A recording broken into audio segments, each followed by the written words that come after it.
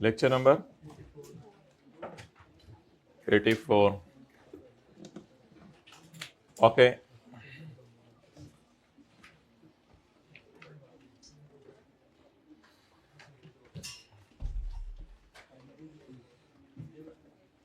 क्या पसंद करेंगे कल के दिन के लिए आप? कल कल कल कल संडे को घर में होमवर्क चाय हलवा।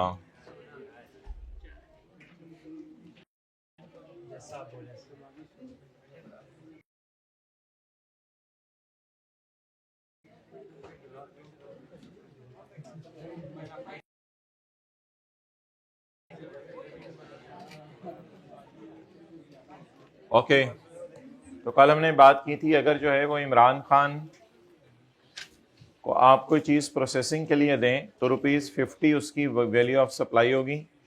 और फिर हमने ये बात की थी कि अगर उसको एग्जेम्प्ट चीज़ें आप दें और टैक्सेबल उससे वापस लें तो फिर पूरी फेयर मार्केट वैल्यू चीज़ों की उसकी VOS होगी। Okay,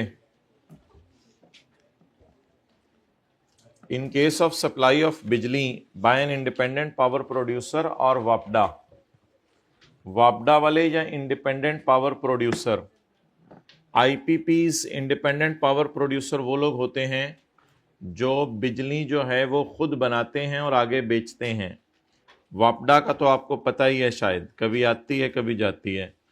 in case of supply of बिजली बाय वापडा और बाय इंडिपेंडेंट पावर प्रोड्यूसर, तो what will be the VOS, value of supply क्या होगी?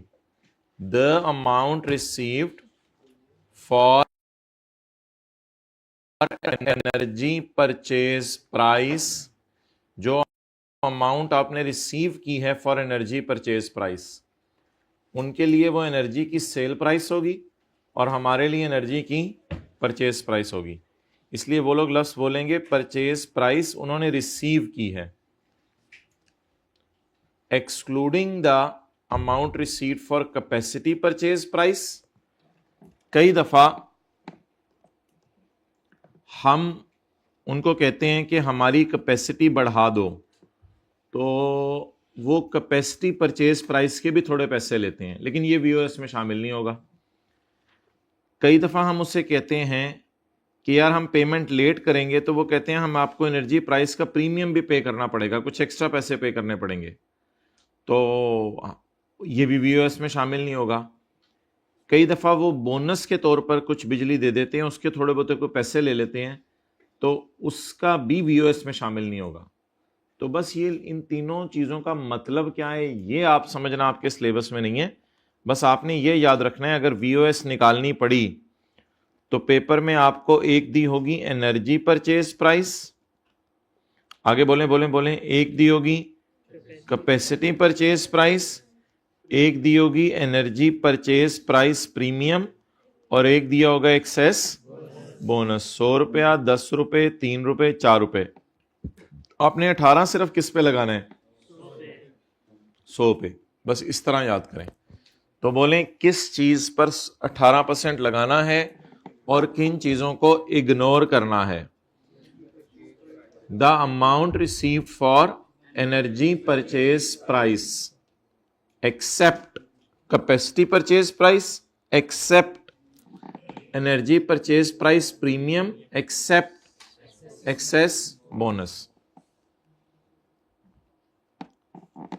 इन केस ऑफ बिजली and gas by a distribution company, जैसे गैस तो डिस्ट्रीब्यूट करते हैं सुई गैस वाले या सुआ गैस वाले? सुई गैस वाले। सुई तो कपड़ों के लिए इस्तेमाल होता है ना, सुआ रजाई के लिए इस्तेमाल होता है। अच्छा जी, जी बिल्कुल आपका काम है इसका, इतनी कंफर्मिटी से जी बोला है। पॉइंट 11, सुबह सुबह ना बुलवाया करो। पॉइंट 11, अच्छा, जितना गैस वालों का हमें बिल आया, जितना गैस वालों का हमें बिल आया, ये उनकी वैल्यू ऑफ सप्लाई है। द टोटल अमाउंट बिल्ड, जितना उनका बिल आया, इंक्लूडिंग प्राइस ऑफ बिजली, वैसे बिजली ऊपर कवर हो चुकी है ऑलरेडी ऊपर वाले पॉइंट में, इंक्लूडिंग प्राइस ऑफ बिजली एंड नेचुरल गैस। कई दफा हमारे इलाके में बिजली या गैस की तारें नहीं होती, तो वो हमारे से रेंट लेते हैं तारें डालने का। तो ये फिर वीओएस में जाएगा। कई दफा वो हमें अच्छी सर्विस देते हैं, उस पर कमीशन लेते हैं, ये फिर वीओएस में जाएगा।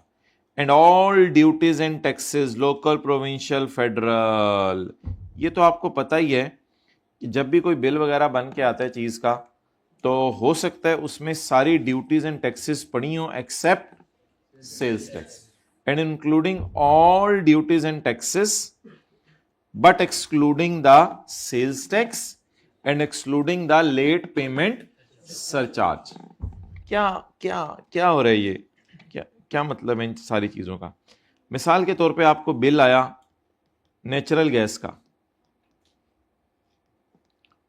5 लाख रुपया, इसके अलावा आपने कोई तारें बिछवाने का रेंट भी दिया 1 लाख रुपया, इसके अलावा कोई आपने फेडरल एक्साइज ड्यूटी भी दी 2 लाख रुपया, इसके अलावा आपने कोई लेट पेमेंट सरचार्ज भी दिया, लेट पेमेंट सरचार्ज भी, चलें 50 कर लें, लेट पेमेंट सरचार्ज भी दिया 50 रुपए।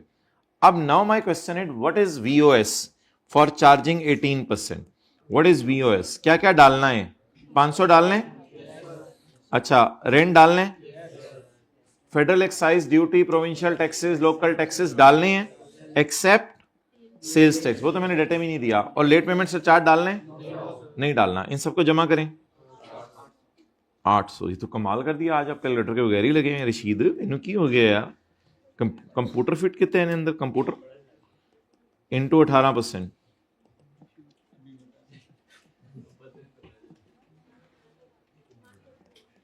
वीओएस 800 है। वीओएस क्या है? 800, बस उसी पे 18% लगेगा। छोड़ें, बस वीओएस निकाल लें, इस पे फिर 18% लगना है, ये पता होना चाहिए। 800 on which we will apply या शप्लाई? अप्लाई कितने परसेंट? 18%।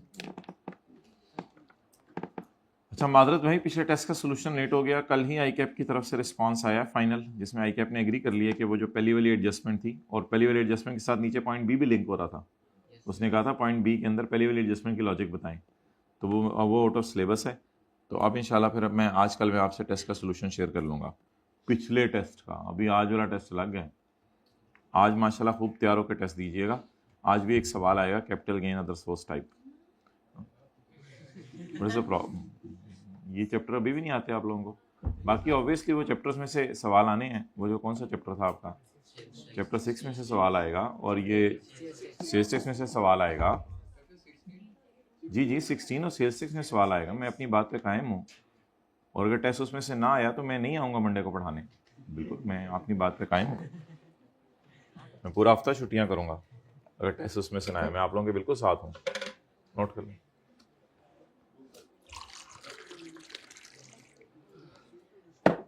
ओके, बोलें जी क्या क्या चीजें डालनी है और किन किन चीजों को एक्सक्लूड करना है, याद करें। अच्छा, बातें कर रहे थे, नोट नहीं किया।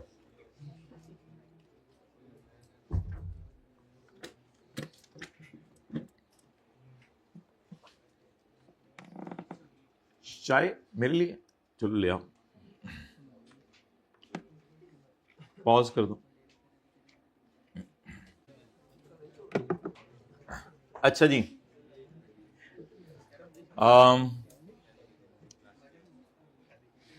मुझे ये बताएं कि 4 चीजें याद करें, ज़बानी जरा जल्दी करें। Purchase price of electricity and natural gas, number 2 rent, number 3 commission, number 4 all duties and taxes provincial and federal. But 2 चीजों को आपने वीओएस में नहीं डालना, वो बताएं। Late payment surcharge and it is clarified that VOS will also not include a subsidy provided by federal provincial government to the electricity consumer. Electricity consumers को अगर आपने कोई सब्सिडी दी तो वो भी VOS में शामिल नहीं की जाएगी। सब्सिडी ये होता है कि कई दफा हुकूमत ज्यादा मुफ्त में गैस दे देती है, मुफ्त में जो है वो एनर्जी सप्लाई कर देती है आपको। अब लोग कहते हैं यार ये तो मुफ्त में मिल गई, इस पर भी सेल्स टैक्स लगना है, तो कहते हैं उस पर सेल्स टैक्स नहीं लगेगा। तो उर्दू में लिख लें सब्सिडी मिली तो सेल्स टैक्स नहीं लगेगा। क्यों लिखना, समझ आ रहा है? छोड़ें। हाँ, VOS does not include subsidy, बार बार बोलें। तो सब्सिडी टाइप दी हो तो उस पर आप 18 लगाएंगे या उसको भी एक्सेप्शंस में डालेंगे?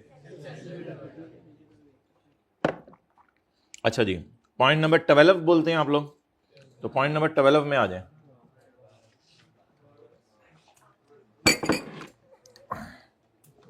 ओके, नाउ हाइब्रिड में लेट आने पर अप्रिशिएट किया जाएगा आइंदा, इंस्टेड ऑफ के डेप्रिशिएट किया जाए, अप्रिशिएट किया जाएगा। जज्बा, हिम्मत, जुनून होता है, यानी कि जो बंदे को पता नहीं कहाँ तक ले जाता है, घर से उठा के हाइब्रिड में ले आता है। ओके, ये हमारी किताब में आपको पता है आखिरी सफ़ों पे कोई हमने गंद मारा हुआ है, तो ये अजीब सी राइटिंग में। पॉइंट 12, कल इसके 2 पॉइंट फारग कर दिए थे हमने, जाते जाते घर तक हम भी फारग हो गए थे। अच्छा जी, पॉइंट 12 चैप्टर के एंड पे, इस चैप्टर के एंड पे बिल्कुल मिल गया डायग्राम, ठीक है, इसको गले लगा लें। किस पेज के आगे है? 532 से अगले 2 पेज। अच्छा माय डियर, रमीज राजा, जिसको अल्लाह ने रानी भी दी हुई है यानी बेगम, sold a car to sir Asif, उन्होंने एक गाड़ी बेची सर आसिफ को फॉर 50 लाख। सर आसिफ ने इस गाड़ी को कराया रिपेयर, और रिपेयर करा के सर आसिफ ने रिपेयर्ड कार किसी उमैर नामी बंदे को बेच दी 70 लाख की। किसी बंदे को कितने की बेच दी? बिना रिपेयर कराए सर आसिफ ने कितने की खरीदी? 50 लाख। और सर आसिफ ने रिपेयर कितने की कराई? नो आइडिया, नो आइडिया कितने की भी कराई हो तो। और सर उमैर को कितने की बेची?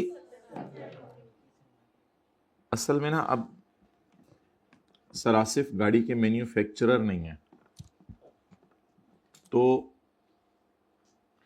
अब लॉ मेकर कह रहे हैं इस तरह अगर पाकिस्तान में गाड़ियां बिकने लग जाए ना रिपेयर करा के दूसरों को, तो फिर गाड़ी की फुल मार्केट प्राइस पे सेल्स टैक्स ना लगाया करो, वो पहले ही मैन्युफैक्चरर लगा चुका होता है, तो लोग बहुत डिस्टर्ब होंगे।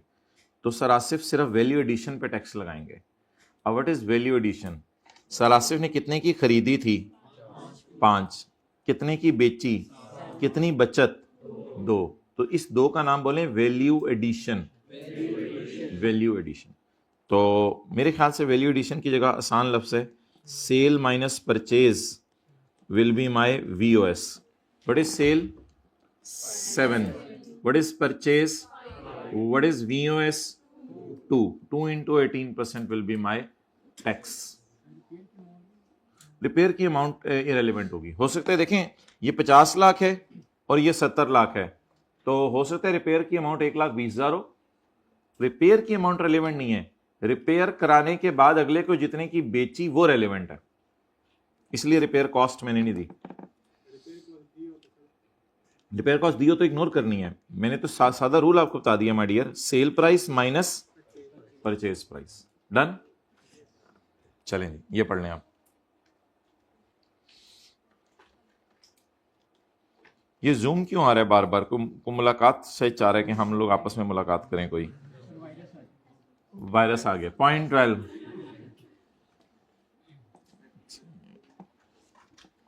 If a person purchase used vehicle, नाम लिखते हैं साथ साथ, कौन? सर आसिफ।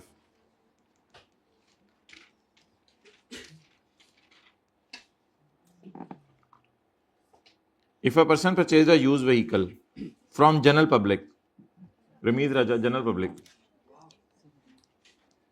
ये कब से मसला है आपको? दिसंबर में होता है ये मसला, आज मुझे तंग ना करना। If a person purchase use vehicle, अगर एक बंदा यूज व्हीकल खरीदे, किससे? From general public, on which tax has already been paid on import और मैन्युफैक्चरिंग, जिस पर इंपोर्ट करते हुए अगर बाहर से गाड़ी थी और अगर लोकल गाड़ी थी तो बेचते हुए मैन्युफैक्चरर ने सेल्स टैक्स लगा दिया हुआ है, वो तो ऑलरेडी लग चुका है जब गाड़ी पाकिस्तान में पहली दफा बिकी होगी। And sell it in the open market, sell it in the open market to sir Umair after making value addition. यहां वैल्यू एडिशन कैसे की है? रिपेयर की है तो अल्लाह का शुक्र है वैल्यू एडिशन हो गई है। After making value addition, value addition mean repair किया है तो वैल्यू ऐड हो गई। अब अल्लाह का शुक्र है अब लोग ज्यादा देने को तैयार हैं, क्योंकि अब खड़खड़ पड़पड़ ची ची पाँव पाँव पूँ की आवाजें नहीं आती जब मोहल्ले में से ये गाड़ी गुजरती है। The difference between the sale and purchase price, what is sale price 7, what is purchase price 5। The difference between the sale and purchase price of vehicle on the basis of prescribe valuation method prescribe by FBR. FBR कोई तरीका बताएगा valuation का, वो कम से कम अल्लाह का शुक्र हमारे syllabus में नहीं है, तो ये रट्टा मानना पड़ेगा लफ्ज। On the basis of prescribed valuation method, prescribed by home FBR. चलें जी याद करें, बिस्मिल्लाहिर्रहमानिर्रहीम। अगर एक बंदा पुरानी गाड़ी खरीदे किसी आम बंदे से, ना तो इसने इंपोर्ट की है ना मैन्युफैक्चर की है, इसने आम बंदे से जाके गाड़ी की, सॉरी ना इंपोर्ट किसी से करवाई है और ना किसी मैन्युफैक्चरर से जाके खरीदी है, बल्कि एक आम बंदे से खरीदी है जिस पर टैक्स पहले ही पे हो चुका है इंपोर्ट या मैन्युफैक्चरिंग स्टेज पे। And sell it in the after making value addition, then the VOS will be. मैंने कहा ये तो दरमियान में ऐसी सोच लिया करें ना, then the VOS will B, जब यहां से यहां जाया करें तो दरमियान में एक लफ्ज बोला करें, then the VOS will B. इधर भी then the VOS will B, इधर से इधर जाया करें तो दरमियान में बोला करें देन द वीओएस, बल्कि एक जगह लिखवाया हुआ है then the VOS will be बोले। Difference between the sale and purchase price. मैंने बच्चों को कहता था कि डब्बे में जो चीजें डली हों वो आपके समझाने के लिए होती हैं, भाई ये तो लॉ का हिस्सा है, ऑल कॉलम्स ऑफ डब्बा आर टू बी याद, सही याद करने जी बेटा करने से मैंने कर लिया। अच्छा जी नहीं एक minute, the difference between the sale and purchase price of vehicle, sale और परचेज प्राइस ऑफ व्हीकल में डिफरेंस लें on the basis of prescribed method valuation method by FBR. जी पूछें।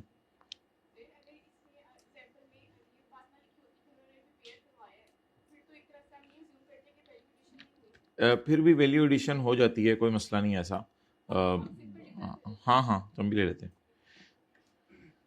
द बोर्ड में fix the sorry in case of taxable goods with retail tax,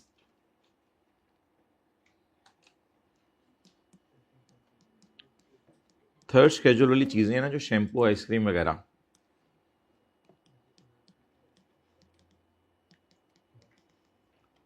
उनकी इस price को retail price भी कहते हैं, और जो उनका टैक्स है ना टैक्स, उसको रीटेल टैक्स भी कहते हैं। 36 होगा बल्कि, तो 30 बाजार में कितने की बिकेगी 236 की। In case of a sale with reference to retail tax, the price the VOS will be the price of taxable goods, इन चीजों की price, the price of goods which a seller will charge to donkey या to buyer, to buyer, the price of taxable goods which a seller will charge to buyer। बस यही 200 is VOS। Sir अगर सरासिक showroom को गाड़ी 4 million की बेच देती, नहीं फिर वो लॉस होता है, फिर उस पर तो टैक्स नहीं होगा। Okay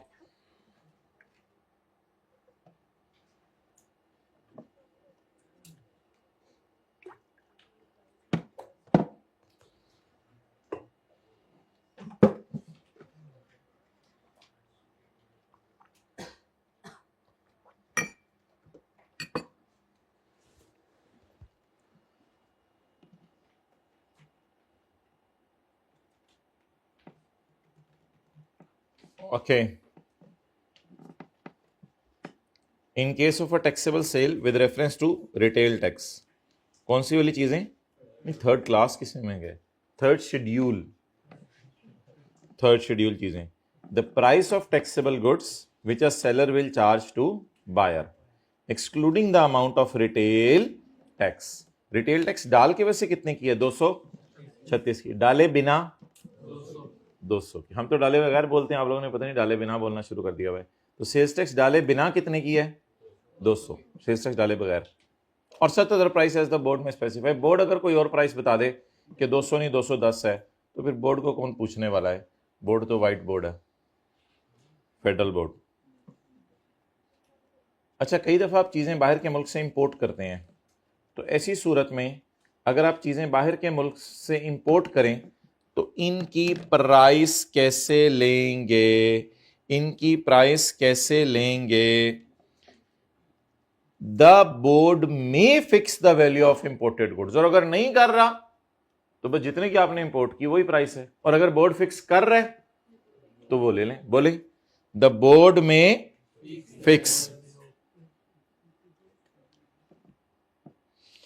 fix the value of any imported goods including those as specified in third schedule or taxable sale। यार ये थर्ड शेड्यूल और टैक्सेबल सेल अलग अलग क्यों लिख रहा है? क्योंकि थर्ड शेड्यूल में मैंने आपको बताया था गिनी चुनी चीजें हैं पाकिस्तान में, 15-20 चीजें हैं, और टैक्सेबल सेल तो लिखे हजारों चीजें हैं। थर्ड शेड्यूल में 20 चीजें हैं, टैक्सेबल में हजारों चीजें। मैंने आपको कल गिनवाई थी थर्ड शेड्यूल के अलावा चीजें। गाड़ी है, एसी है, ओवन है, फ्रिज है, ये टिंडे, ये चीजें, कुर्सी है, मेज है, टेबल है, व्हाइट बोर्ड है, ये प्रोजेक्टर है, ये सारी चीजें ये थर्ड शेड्यूल में नहीं लिखी हुई। तो कभी कभी वो लफ्ज यूज कौन सा कर है? Third schedule. और टैक्सेबल सेल, कोई और सेल हो सकती है। And may fix different value for different class of same type of goods. और अगर डिफरेंट क्लासेस बनी हो, डिफरेंट कैटेगरीज बनी हो, तो उनकी डिफरेंट प्राइसेस या सेम प्राइसेस भी रख सकता है, वो कोई मसला नहीं। यार आ जाके इस बात की समझ ये है कि आप किसी और प्राइस पे चीज बेच रहे हो, बोर्ड कुछ और प्राइस बता दे तो बोर्ड वाली प्राइस चलेगी फिर। If the import or sale is made at higher than value fix by board, और अगर आपने बोर्ड से भी ज्यादा वाली वैल्यू पे बेच दी, the value shall be the actual price. फिर जितने की आपने बेची है वो है आपकी वीओएस। यानी बोर्ड ने कहा कि इसकी वैल्यू है 100 रुपया और आपने बेच दी 110 की, तो फिर ऐसी सूरत में what will be VOS? 110। Board ने कहा फिर तो हमारी वैल्यू शैल्यू छोड़ो, तो खुद ही इतना महंगा बेच रहे, आजा मेरे ब्रो। कंट्रोल पेज डाउन का मतलब हुआ करेगा अगले चैप्टर पे आ जाएं। कंट्रोल पेज अप, पिछले चैप्टर पे वापस आ जाएं। कंट्रोल पेज डाउन, अगले चैप्टर पे आ जाएं।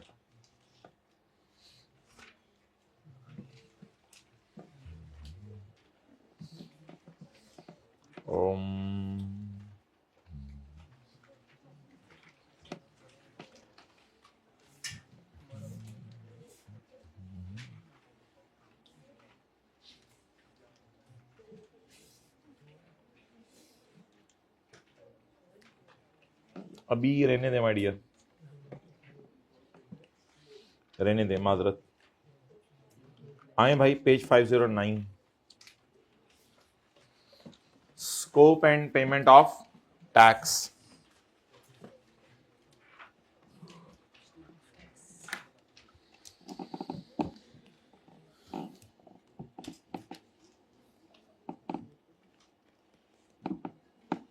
भाई इसको 16 पे कर दो, 25 से -9 कर दो। गवर्नमेंट ट्रेजरी में टैक्स कब कब जाता है? ओ हाइब्रिड में इतना लेट भी आ सकते हैं, बहरहाल दे रहा है दुरुस्त है। गवर्नमेंट, कोई मसला नहीं, जल्दी किताब निकाल लेना आप। गवर्नमेंट ट्रेजरी में टैक्स किस किस मौके पे जाता है? गवर्नमेंट ट्रेजरी में याद रखिएगा सिर्फ इंपोर्टर टैक्स जमा करवाता है और सेलर। बायर कभी भी गवर्नमेंट ट्रेजरी में टैक्स जमा नहीं कराता, हुकूमत के खजाने में जमा नहीं कराता जाके। होंडा ने अगर टायर खरीदने हैं तो फिलहाल ना ये इंपोर्टर है ना सेलर है, ये तो बायर है। बायर जाएगा और जाके जनरल टायर को 1,18,000 दे आएगा बस, तो हुकूमत के खजाने में तो नहीं जाएंगे, वो तो जनरल टायर के जेब में जाएंगे। फिर जनरल टायर सेलर होगा, वो हुकूमत के खजाने में टैक्स जमा करवाएगा। डन। तो अगर हम होंडा की बात करें तो होंडा अगर इंपोर्ट करे इंजन, तो पाकिस्तान में इंजन आएगा 10 लाख वाला, तो पाकिस्तान में जब 10 लाख वाला इंजन आएगा तो इंपोर्ट वाले उसको उठाने नहीं देंगे। इससे पहले कि आप अपने मसल्स दिखा, इंपोर्ट वाले आपको उठाने नहीं देंगे, इससे पहले कि आप उस 10 लाख पर 1,80,000 हुकूमत के खजाने में जमा ना करवा दें। सिमिलरली, कौन सा लरली? सिमी वाला लरली। सिमिलरली जब आप चीजें बेचेंगे बाजार में जाके, गाड़ी बेचेंगे, तो तब आप जो है वो 1 करोड़ वाली गाड़ी 1,18,00,000 में बेचेंगे, जिसमें 10 लाख वाला इंजन लगाया हुआ है, टायर लगाए हुए, लोहा लगाया हुआ है। अब जब वो 1 करोड़ वाली गाड़ी बाजार में 18 लाख 1,18,00,000 की बेचेंगे, तो वो जो 18 लाख होंडा के पास आया है, ये 18 लाख अब गवर्नमेंट को जमा करवाएगी। तो गवर्नमेंट के खजाने में कौन टैक्स जमा करवाने जाता है, इंपोर्टर या सेलर? दोनों। लेकिन बायर गवर्नमेंट के खजाने में टैक्स जमा करवाने नहीं जाता। तो होंडा एटलस कार क्या जिस वक्त परचेज करेगी इंजन इंपोर्ट बाहर के मुल्क से, तो गवर्नमेंट को टैक्स देगी? हां। क्या जब टायर खरीदेगी जनरल टायर से, तो गवर्नमेंट को टैक्स देगी या उनको टैक्स देगी? उनको, बोले उनको टैक्स देगी ना, तो गवर्नमेंट को तो टैक्स नहीं देगी। लेकिन जब गाड़ी बेच के इनके पास 1,18,00,000 पड़े होंगे दराज में, तो फिर ये 18 लाख गवर्नमेंट को अगले महीने की 15 तारीख तक, मैंने बताया था, जमा करवाएगी। तो याद रखिएगा, मिसाल के तौर पे अगर होंडा की बात करें, तो सेल ऑफ कार जब हो, ये किसकी बुक्स की बात हो रही है? होंडा की बुक्स की बात हो रही है, नोट कर लें।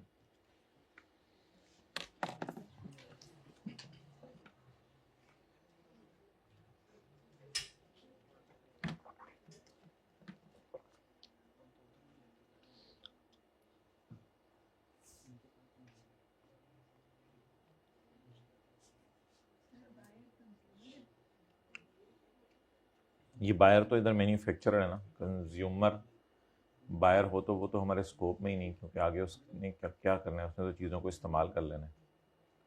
तो बायर होंडा समझे, होंडा टायर खरीदने गया है।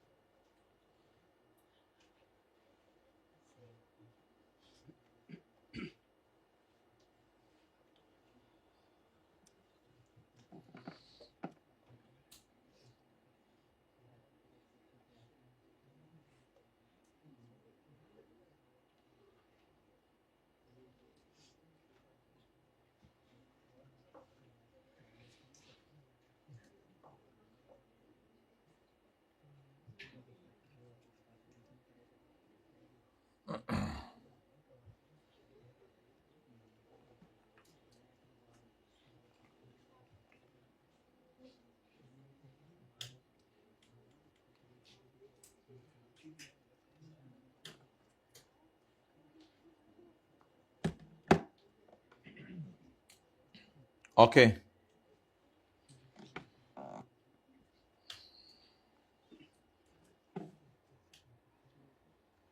नोट कर लिया?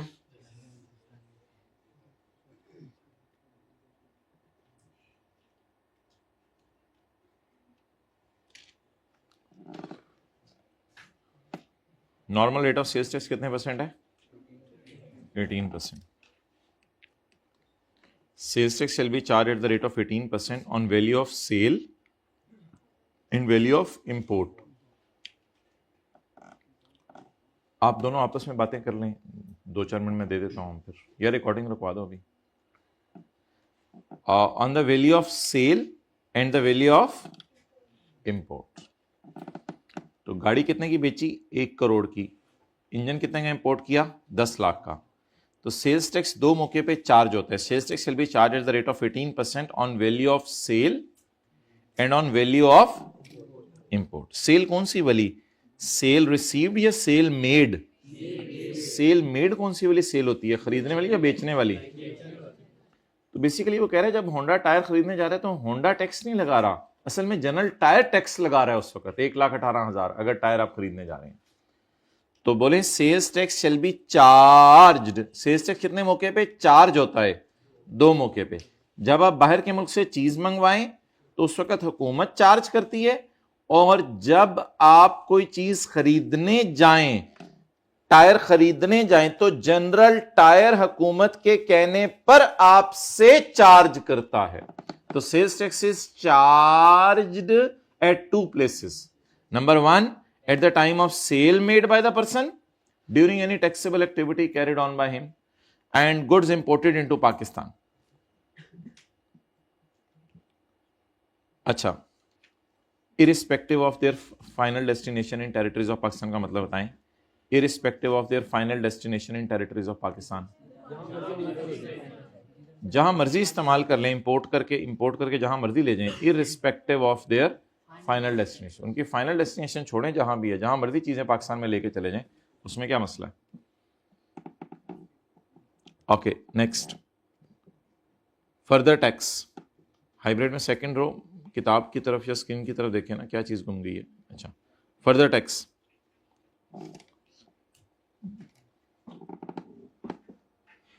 होंडा ने गाड़ी बेची डॉलेंस को, तो डॉलेंस अल्हम्दुलिल्लाह एक रजिस्टर्ड बंदा है, उसने भी अपने आप को सेल्स टैक्स में रजिस्टर कराया होगा। लेकिन होंडा ने एक ऐसे इंपोर्टर को गाड़ी बेची जो कोई चीज़ें वगैरह इंपोर्ट करता रहता है। तो होंडा ने कहा यार सुने तुम तो बहुत बड़े इंपोर्टर हो। तो उसने कहा हाँ ठीक है, लेकिन मैंने हुकूमत को नहीं बताया हुआ मैं इंपोर्टर हूँ। थोड़ी देर में कोई बंदा आया यार मैं तो होल सेलर हूँ, लेकिन उसने हुकूमत को नहीं बताया हुआ मैं होल सेलर हूँ। तो ये लोग अब सेल्स टैक्स में लाइबल टू बी रजिस्टर्ड हैं, लेकिन अपने आप को रजिस्टर। अगर ऐसा बंदा हुकूमत के पास गाड़ी लेने आ जाए तो इन लोगों को आपने 118 की बेचनी है, 118 जमा 4 की। Where a taxable seller made to a person who has not obtained registration number.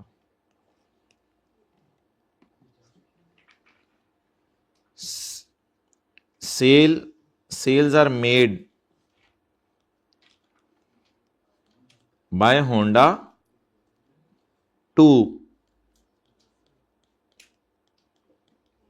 a wholesaler who has yet not obtained registration. वैसे नीचे भी बात वही लिखी हुई है, लेकिन खैर है। बोले where sale are made by Honda, और भाई इस तरह की चीजें नहीं लिखेंगे कभी याद नहीं होनी। Where sale are made by Honda to a person, person से कौन मुराद है, a wholesaler who has yet not obtained registration. तो फिर ये होलसेलर कौन बनेगा, बाड़ा बच्चा बुरा बच्चा, बाड़ा बच्चा बुरा बच्चा, बुरा बच्चा। जब मैं बुरा बच्चा कहा करूं तो साथ वाले को नहीं देखा करें, अपने दिल में झांका करें, क्योंकि नेचुरल सी बात है मैं भी अपने दिल में झांकूं। अपनी बुराइयां बंदे को ज्यादा पता होती हैं इंस्टेड ऑफ कि अगले की बुराइयां। अगले की तो कोई एक दो बुराई नजर आ रही होती है, वो भी शैतान दिखा रहा होता है शायद, और अपनी तो बहुत ज्यादा पता है बंदे को। कई लोग तो यहां तक कहते हैं मेरी बुराइयां साथ वाले को पता चल जाए तो सलाम भी ना ले मेरे से। अच्छा, where taxable sales are made by, अच्छा ऐसा करना नहीं होता वैसे, लेकिन अगर कोई बंदा ये कहे ना यार हम तो बड़े गुनाहगार लोग हैं, हम तो बहुत गुनाहगार हो, और आप आगे से कह दें कि हाँ, और अगर उसको एकदम चेहराबंदी की है ये क्या चक्कर है, तो इसका मतलब है वो दिल से नहीं कह रहा था, वो बस फॉर्मेलिटी पूरी कर रहा था। अच्छा चलिए, बहरहाल दिलों के हाल तो अल्लाह जानते हैं। वेयर टैक्सेबल सेल्स आर, तो we should not claim the things, हमें पता होना चाहिए कि हमारे हालात माड़े हैं, उनको बेहतर करना है। Where taxable sales are made by Honda to a person, जहां होंडा होलसेलर को चीजें बेच दे। होलसेलर कौन है, who has yet not obtained, तो बाद मैंने ऐसी दोबारा लिख दी हु हैज, लेकिन मिसाल बनानी थी ना ऊपर इसलिए, या who is not an active, या एक्टिवली टैक्स जमा नहीं करवाता। तो अब नॉन एक्टिव टैक्स पेयर की डेफिनेशन शायद हमने पढ़ी थी कहीं, एक्टिव नॉन एक्टिव की। अच्छा, अ further tax shall be charged at the rate of 4%। ये रेट आपने याद करना है, ये पेपर में नहीं दिया होगा, लेकिन ये वाला मैंने कहा था याद ना करें, ये दिया होगा। A further tax shall be charged at the rate of 4% of value in addition to 18%। चलें ये याद करते हैं। 4% 3 के बाद आता 5 से पहले आता 40 को 10 से डिवाइड करें, आता 10 से, हाँ तो क्या मसला है, 12 हो जरा, क्या बंदे हैं। बहरा मैं तो गलत बात की नहीं थी, की भी थी तो आपको ये कहना चाहिए जरा मुझे समझ नहीं आ रही, दोबारा बताइएगा, ये तरीका होता है। अच्छा, a further tax shall be charged the rate of 4%.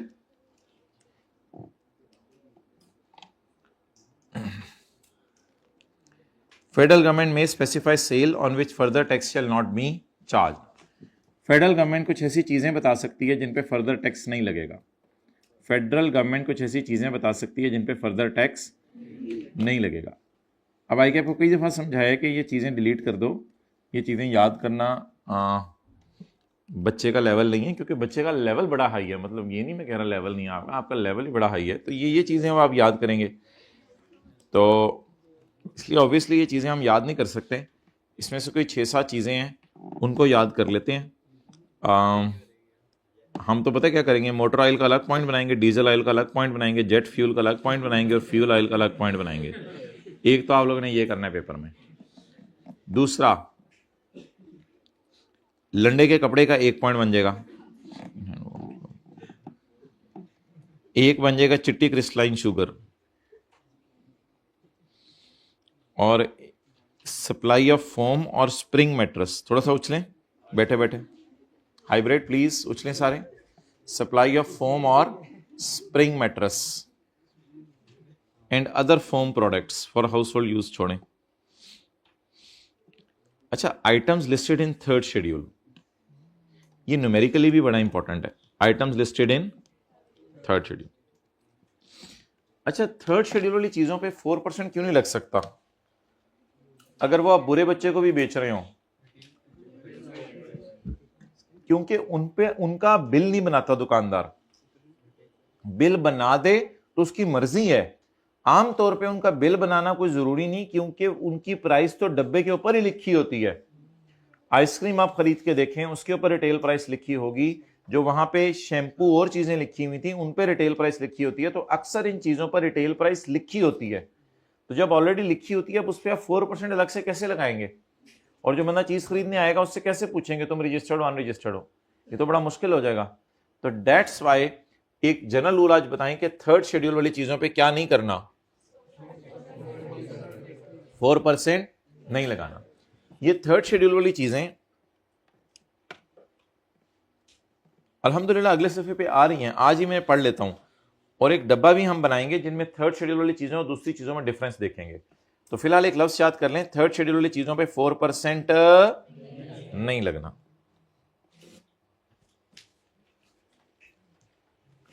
यार जैसे वो ना था सेल्स टैक्स, ये इनकम टैक्स में डिविडेंड, अलग ही वो कहानी थी। ना खर्चे माइनस होते हैं, ना ज़कात माइनस होती है, ना वो किसी हेड में जाता है, उस पर अलग रेट लगता है। ऐसे ही समझ लें, सेल्स टैक्स में एक नॉर्मल सेल है हमारी, एसी की, फ्रिज की, ओवन की, गाड़ी की, प्रोजेक्टर की, लेजर की, व्हाइट बोर्ड की, और एक थर्ड शेड्यूल। अब थर्ड शेड्यूल वाली चीजों के लिए अलग अलग रूल्स आएंगे। उन रूल्स का डिफरेंस भी अभी हम नीचे देखेंगे। तो थर्ड शेड्यूल को एक अलग ही फिरका समझ लें सेल्स टैक्स के अंदर, जो थोड़ा बाकियों से नाराज होकर साइड पे गया हुआ है। Okay, natural gas supplied to domestic consumers. तो ये कौन बेच रहा होगा? सुई गैस वाले।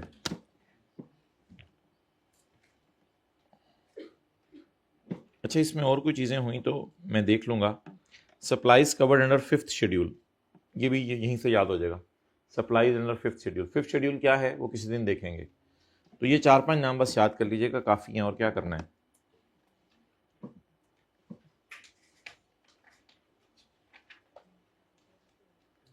ठीक है, याद करके जल्दी आना। चलती बस में से उतरते हैं लोग, मुझे समझ नहीं आती।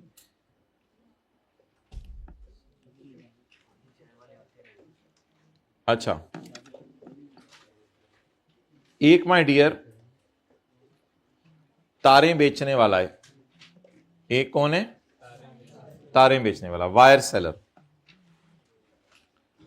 सुबह सुबह 8 बजे आके इसने दुकान खोल ली, और जाहिरी बात है आखिरत के बारे में फिक्रमंद था, कुरान की तिलावत शुरू कर दी। 9 बजे पहला कस्टमर आया, इसने कहा मरहबा मरहबा, जी आया नो, जी आया नो। जी आपका नाम क्या है? जी मेरा, हम डॉलेंस हैं, डॉलेंस। अच्छा अच्छा अच्छा अच्छा, आप डॉलेंस हैं, आपको क्या चाहिए? तारें लगा दूं? नहीं नहीं, लगानी नहीं है माय डियर, मुझे बेचनी है। ओके ओके ओके ओके, आप तो बहुत अच्छा शुगर लगा लेते हैं, लेकिन आइंदा मेरे से शुगर लगाने की कोशिश ना कीजिएगा। अच्छा, तो अब आप उससे 100 वाली तारें कितने की बेच दें? 118 की। 100 18 की, क्योंकि बोले ये आच बाचा है। तो एक बार याद रखिएगा, ये सारे आपके ना बायर्स हैं, क्योंकि आप क्या हैं, तो ये सारे हमारे बायर्स हैं। तो जहरी बात है, सब दुकान पे बायर नहीं आने। तो अब आप इसको, चोर भी होते हैं, तेरी सुई उधर ही अड़ी हुई है, हमेशा थिंक नेगेटिव। ऐसे ना सोचा करो ना, ऐसे ना सोचा करो। अच्छा, कुछ हमने सेल की जिन्होंने अपने आप को रजिस्टर नहीं करवाया हुआ था, नॉट ऑब्टेन्ड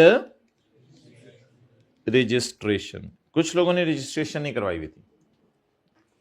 तुम कौन है? मैं मैन्युफैक्चरर हूं। अच्छा, क्या करते हो? मैं टेप रिकॉर्डर बनाता हूं। तुम्हें क्यों तारे चाहिए? दोनों कानों पे लगा दूं? ना, तारे ना लगाना। मैं बड़ी इंडस्ट्री हूं, मैं कॉटेज इंडस्ट्री नहीं हूं। एक दिन मैंने आपको कॉटेज इंडस्ट्री की डेफिनेशन पढ़ाई थी, उसमें मैंने कहा था छोटा मैन्युफैक्चरर। छोटे मैन्युफैक्चरर को अपने आप को रजिस्टर कराना जरूरी नहीं है, बड़े मैन्युफैक्चरर को अपने आप को रजिस्टर कराना जरूरी है। तुमने फैक्ट्री पिछली गली में क्यों खोली हुई है? ताकि लोग मुझे देखें ना। अच्छा चलो ठीक है। You are liable to be registered but not registered. उसने कहा हाँ मैं मानता हूं, मैंने अपने आप को अभी तक रजिस्टर नहीं करवाया हुआ और मैं इसी तरह बच रहा हूं। देखो जिस दिन पकड़ा गया। फिलहाल तो 8-10 साल हो गए, अल्लाह का शुक्र है अभी तक किसी ने पकड़ा नहीं मुझे। तो इसको आप 100 वाली तारें कितने की बेचें? 118 की, 122 की? Because he is liable to be but not registered. Okay, ये आंखें खुलवा यार, ये पता नहीं कि क्या।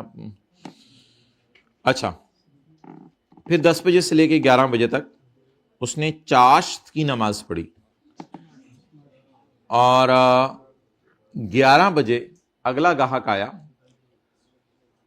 इसमें तो नबी सल्लल्लाहु अलैहि वसल्लम ने फरमाया जिसका मफहूम है कि जिस समय 360 जोड़ हैं, चाश्त की नमाज उन 360 जोड़ की कंपनसेशन बन जाती है जो पढ़ता है।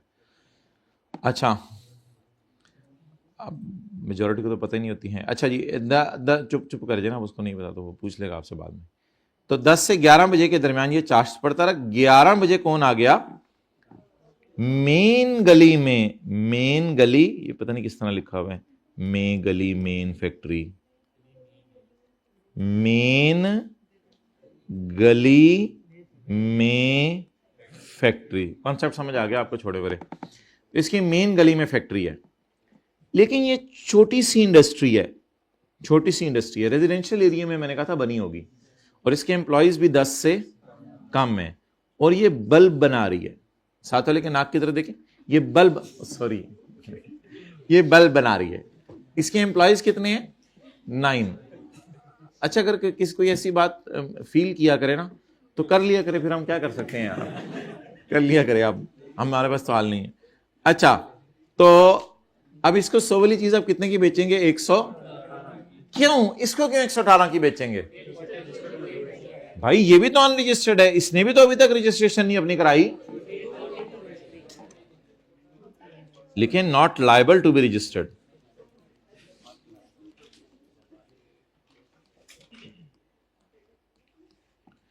क्यों नहीं liable to, not liable to be registered क्यों है?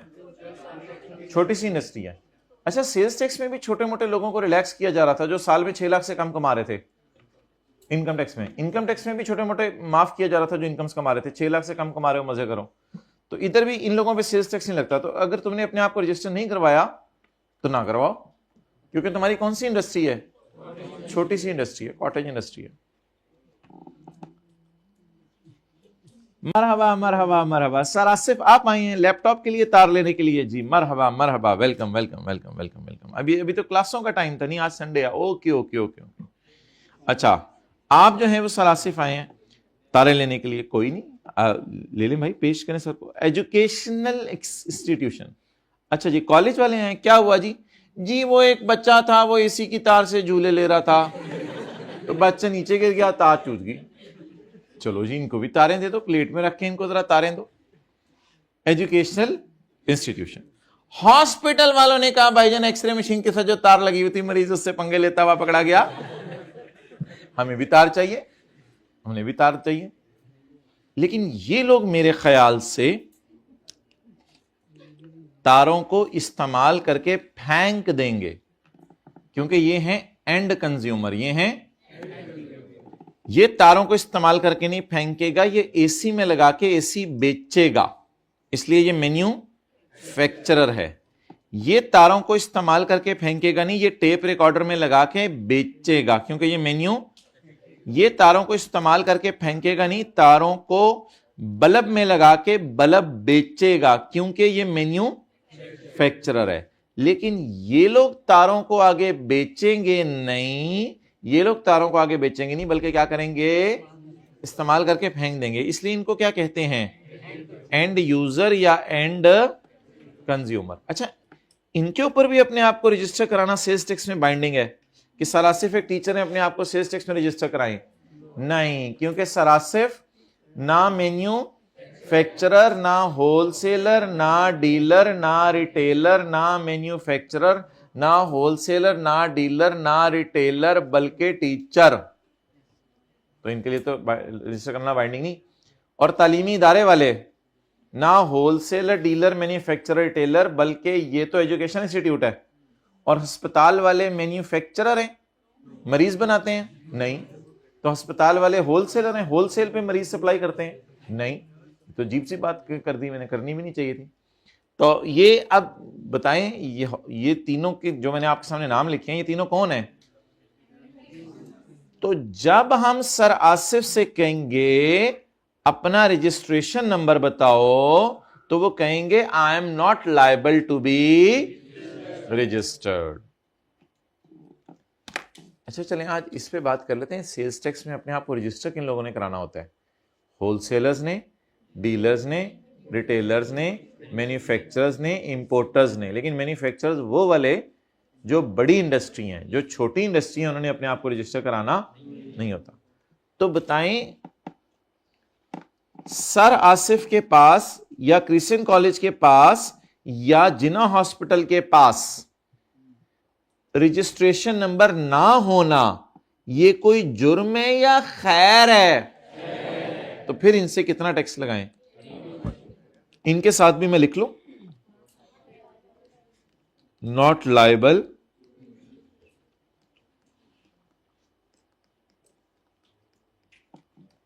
To be registered.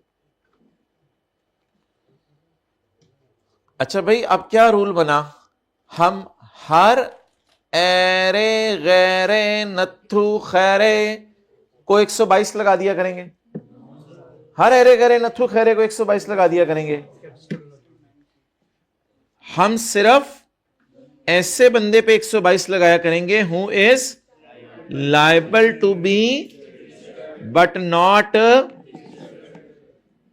ओके गाय।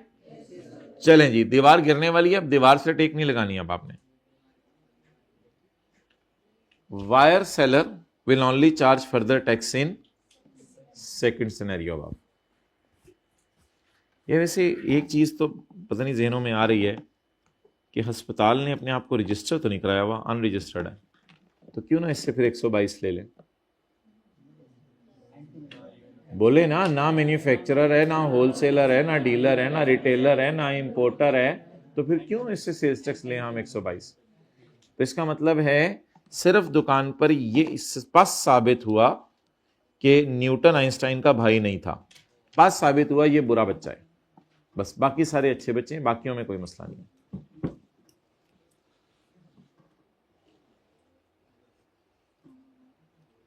लिखें साथ वाले की किताब पे सारे बुरा बच्चा, सारे जाएं साथ वाले की किताब पे लिखें बुरा बच्चा, बड़ा सा करके लिखें बुरा बच्चा, पहले सफ़े पे किताब के जहां नाम नहीं, तो बहुत अच्छा बच्चा है माशाल्लाह।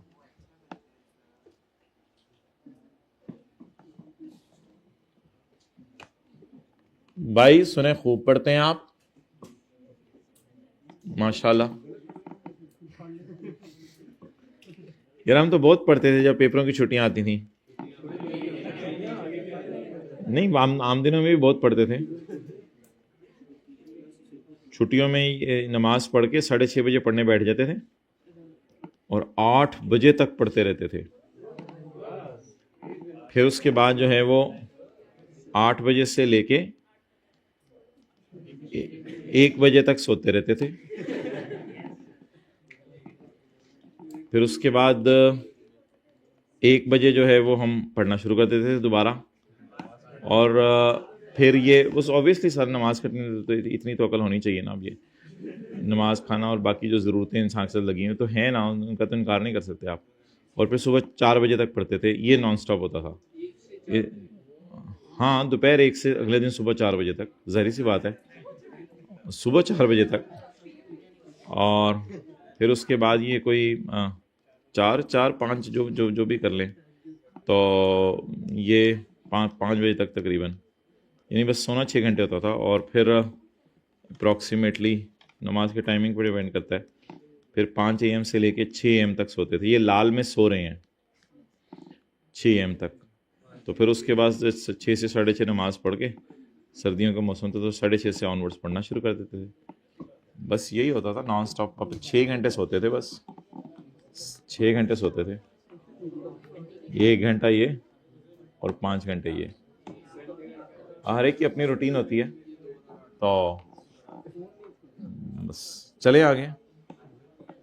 पता नहीं आप लोग तो किस इन चक्रों में और क्या प्रोग्राम है आपके।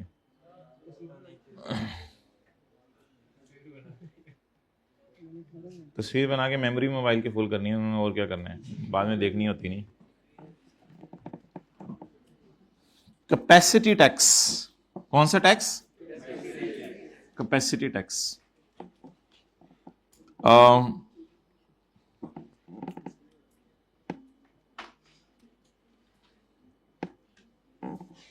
For goods specified in 10th schedule, जो चीजें किस शेड्यूल में बताई गई हैं?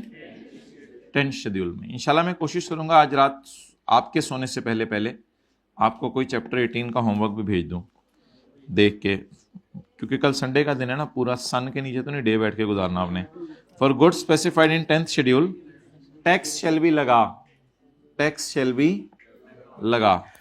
किन्नो खरीद के रख लीजिएगा, हर 3 घंटे बाद 1 किन्नो खाना है आपने कल। For goods specified in 10th schedule, नहीं हम सायों के घर बीज नहीं फेंकने। For goods specified in 10th schedule tax shall be लगा on the production capacity of plant. अच्छा, ये वैसे जुल्म है, टैक्स प्लांट की प्रोडक्शन कैपेसिटी पे नहीं लगना चाहिए, बल्कि प्लांट से जो यूनिट्स बने उस पे लगना चाहिए। प्लांट अगर 1000 यूनिट्स बना सकता है और प्लांट ने बनाए 900, तो सेल भी आगे 900 हुए होंगे, तो 900 पे टैक्स लगना चाहिए। लेकिन ये जालिमाना पॉइंट कहता है कि 10th शेड्यूल में मैं कुछ चीजें आपको बताऊंगा। 3rd शेड्यूल तो मैंने आपको पढ़ा दिया है, 10th शेड्यूल हमारे सिलेबस में नहीं है। बस ये 2 लाइनें याद करनी है हमने। बस 2 नंबर का सवाल आता है कि डिफाइन द कैपेसिटी टैक्स, ये 2-3 लाइनें बच्चे लिख के आ जाते हैं, ये मुफ्त के नंबर है। तो for goods specified in 10th schedule, पता नहीं कौन सी चीजें हैं, टैक्स शैल बी लगा on the production capacity of plant. शायद ये ऐसे लोग हों जो पकड़े ना जाते हो, तो हुकूमत ने कहा बस जितना प्लांट से प्रोड्यूस करे उस पर टैक्स दे दो, जितना प्रोड्यूस कर सकते हो, जितना कर रहे हो वो नहीं। लेकिन कुछ लोगों ने बहुत ज्यादा रोला डाला कि नहीं यार ये कोई बात नहीं, तो फिर हुकूमत ने उनसे मुकमुका कर लिया ऑन अ फिक्स्ड बेस। मतलब ये कि प्लांट की कैपेसिटी है 1000 यूनिट्स और आप प्रोड्यूस करते हैं नॉर्मली 800 यूनिट्स। नॉर्मली आप 800 यूनिट्स प्रोड्यूस करते हैं, तो हुकूमत पहले तो जोर लगाती है कि आप 1000 पे टैक्स दें, इसको कहते हैं कैपेसिटी पे देना। लेकिन अगर आप नहीं काबू आते हैं तो फिर हुकूमत उन लोगों के लिए कोई फिक्स बेस एग्री कर लेती है जो 1000 और 800 के दरमियान होती है। May be 850, may be 900, may be 950 और 900, कुछ भी लिख सकते हैं आप यहां पे। बस 800 और 1000 के दरमियान कोई बेस हुकूमत एग्री कर लेती है। और यानी कि जैसे हुकूमत कहती है यार 1000 पे दो, जो लोग काबू आ जाते हैं वो 1000 पे देते हैं, जो नहीं काबू आते हैं उनसे कोई मुकमुका कर लेती है हुकूमत बीच में, फिर उसी पे इनको टैक्स देना पड़ता है। लेकिन जरूरी नहीं ये प्रोडक्शन कैपेसिटी, ये कम भी हो सकता है,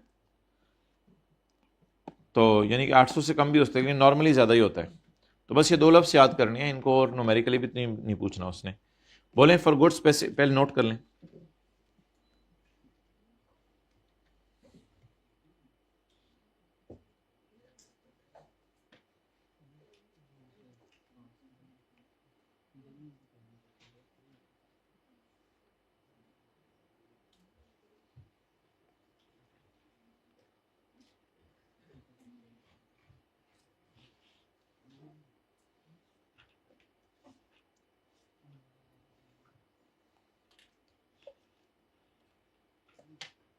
ओके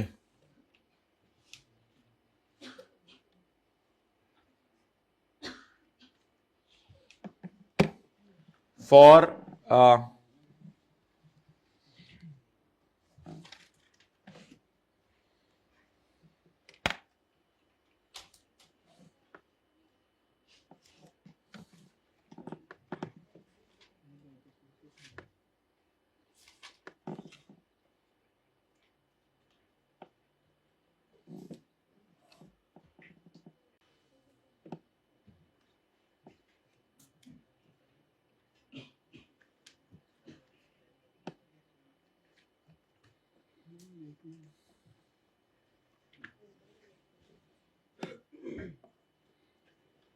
भाई हॉटस्पॉट ऑन करो,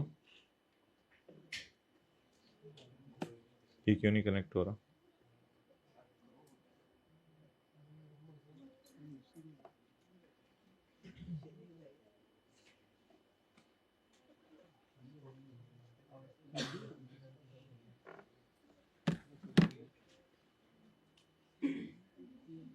पॉज कर दो। ये जो 20 चीजें हैं, ये सर्दियों में बेहतरीन मिसाल है।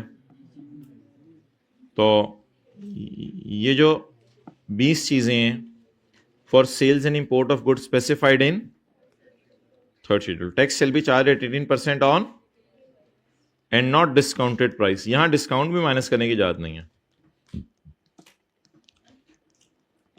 हालांकि कल हमने पढ़ा था कि अगर डिस्काउंट इनवॉइस पे लिखा और बिजनेस नॉर्म्स के मुताबिक हो तो माइनस करने की इजाजत है, लेकिन यहां पे डिस्काउंट भी माइनस करने की इजाजत नहीं है, क्योंकि रिटेल प्राइस में चीजों पे प्राइस लिखी होती है ना, तो उससे डिस्काउंट कैसे देना है?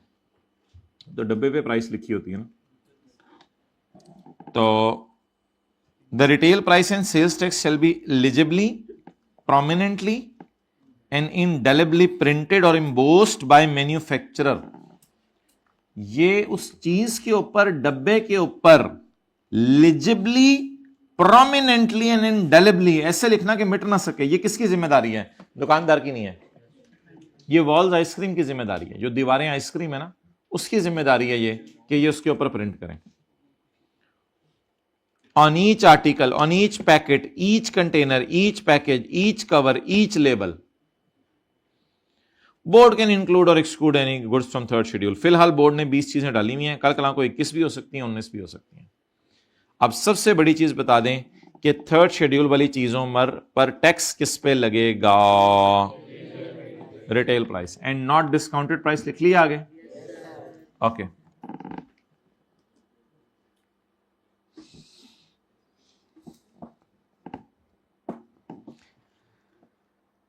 Federal government may declare that tax on goods specified in third schedule shall be collected and paid at such higher rate or rates on the retail price।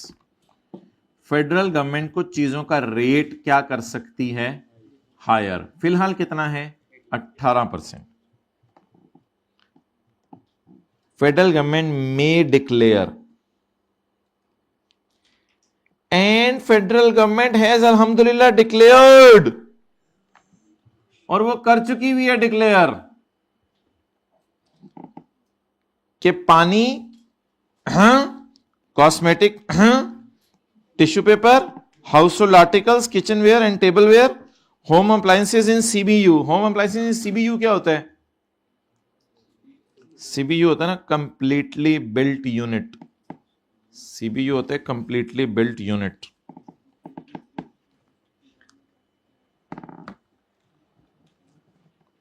यानी बनी बनाई चीज आपने खरीदी है, completely built unit.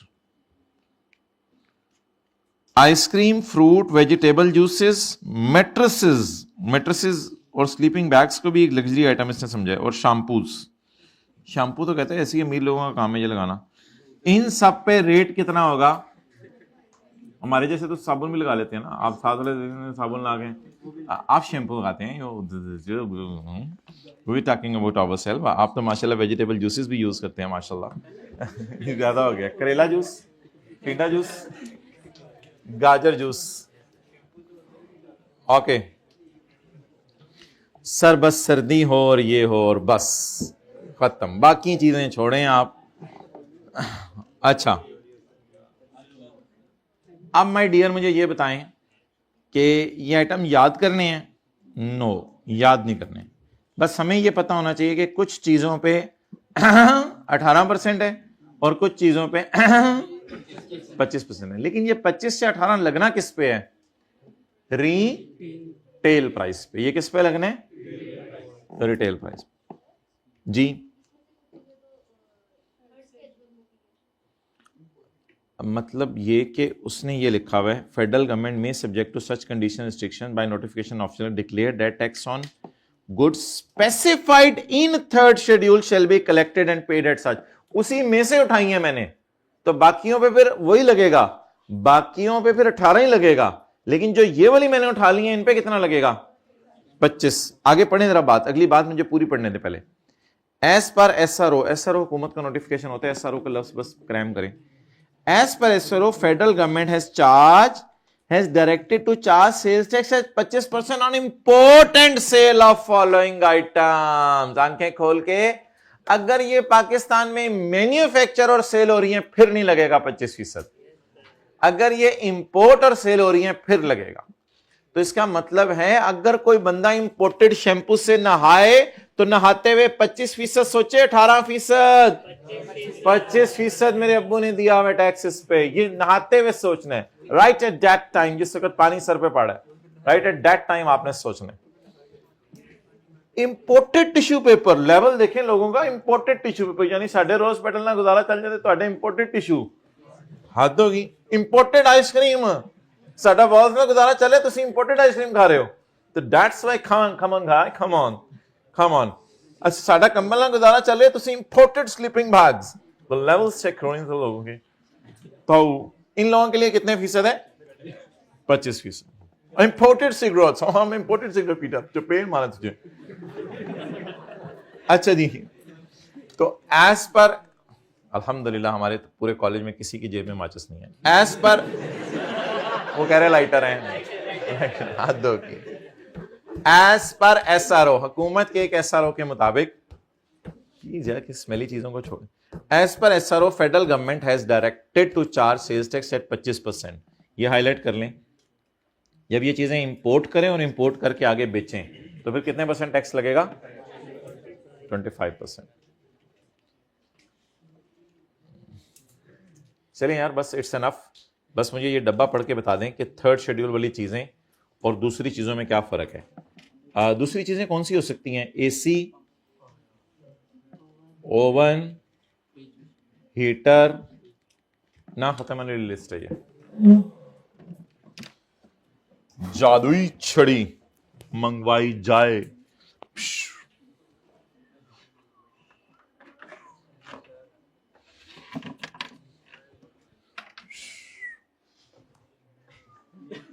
items listed in third schedule and other items. Okay? ये सारे नींद खत्म करने के तरीके हैं माय डियर, ये सारे नींद खत्म करने के तरीके हैं। ओके,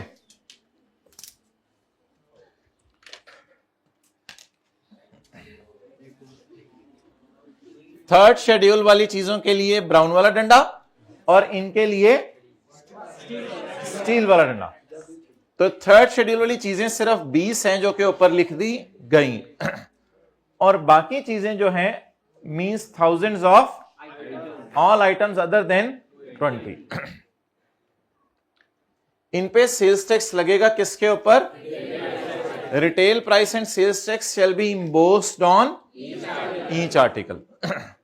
इन पे सेल्स टैक्स लगेगा ऑन वैल्यू ऑफ सप्लाई।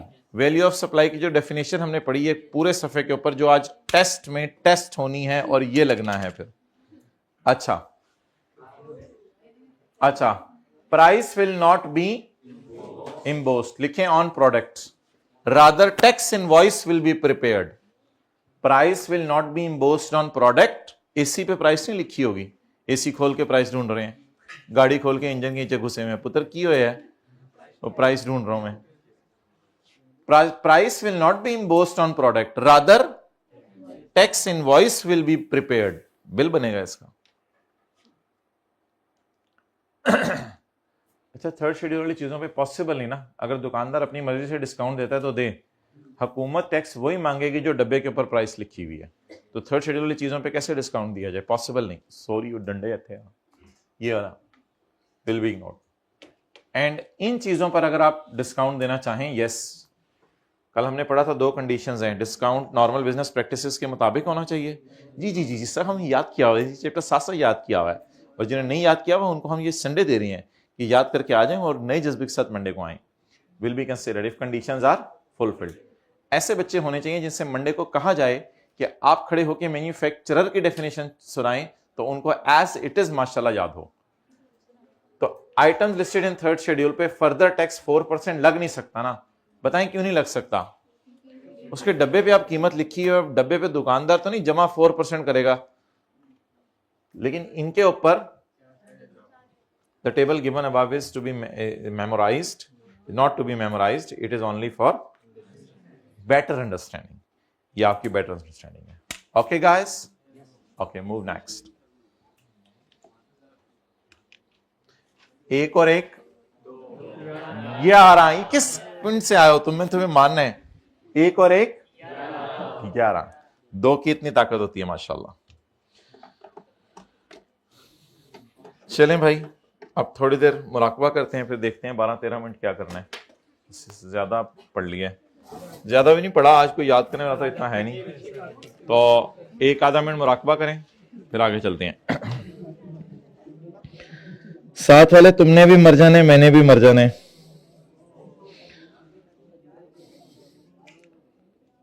तुम्हारे जेब से भी मोबाइल निकाल लिया जाएगा, मेरी जेब से भी मोबाइल निकाल लिया जाएगा।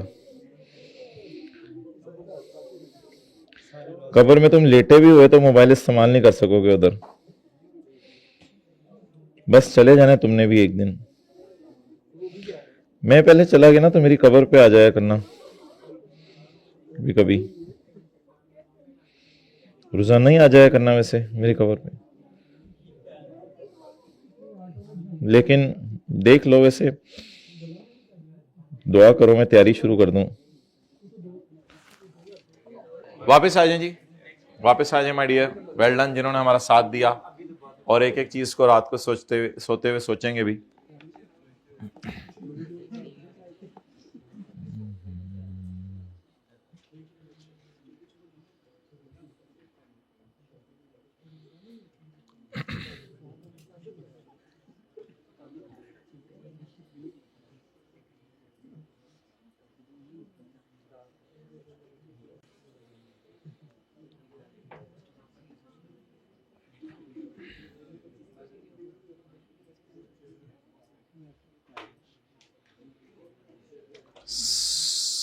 Spring 2022,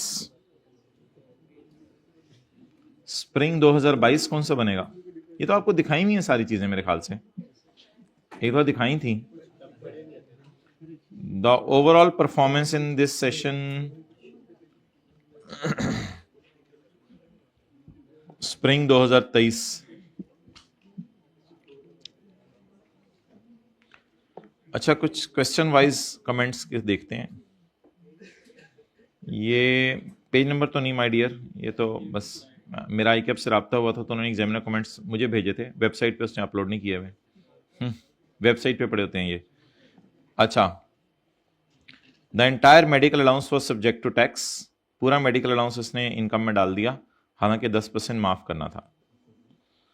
company maintain car was subject to tax by considering its fair value instead of cost, क्योंकि खरीदी होगी ना।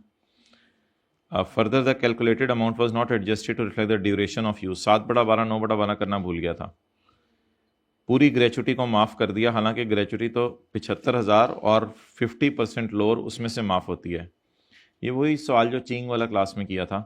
द पेमेंट ऑफ चींग्स लोन्स पेएबल टू पुराना employer was not subject to tax, इस पे टैक्स नहीं डाला। Interest on loan at the benchmark rate of 10% being deemed income was not subject to tax under salary, loan पे इसने 10% rate नहीं लगाया। On the other end the same was not deducted as, ये छोड़ें, ये वो सवाल सामने आएगा तो पता चलेगी बात। The amounts related to share of business in China and dividend income were included in total income on a net of tax basis. नहीं, नेट ऑफ टैक्स तो इनकम में ऐड नहीं होता, इनकम में तो हमेशा हम ग्रॉस ऐड करते हैं, वर्किंग में जाके हम ग्रॉस निकालते हैं। Calculation of foreign tax credit was totally ignored. अच्छा जी, several error was made relating to heads of income tax regime admissibility.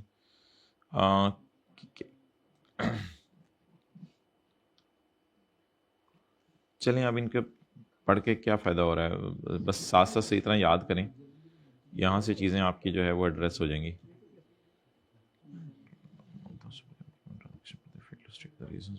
ये अक्सर एरर होती है कि एग्जामिनर्स को कहा था कि टाइम और मंथ बताएं, उन्होंने बता तो दिया but they fail to state the reasons behind it.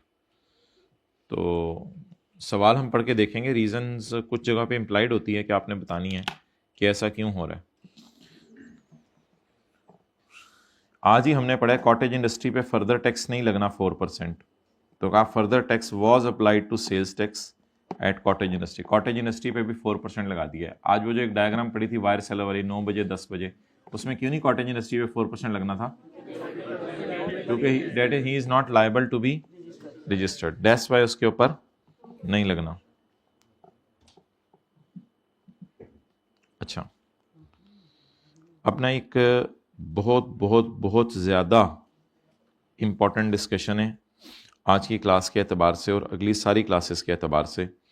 ये डिस्कशन आपने बहुत ज़्यादा गौर से सुननी भी है, समझनी भी है, और महल्ले वालों को, घर वालों को जाके अल्हम्दुलिल्लाह समझानी भी है, फिर ही आपको पक्की याद होगी। There is very very very important discussion, और वो डिस्कशन है परचेजेस के एतबार से कि मुख्तलिफ़ किस्म की जो परचेजेस होती हैं उनके साथ हमने क्या सुलूक करना होता है।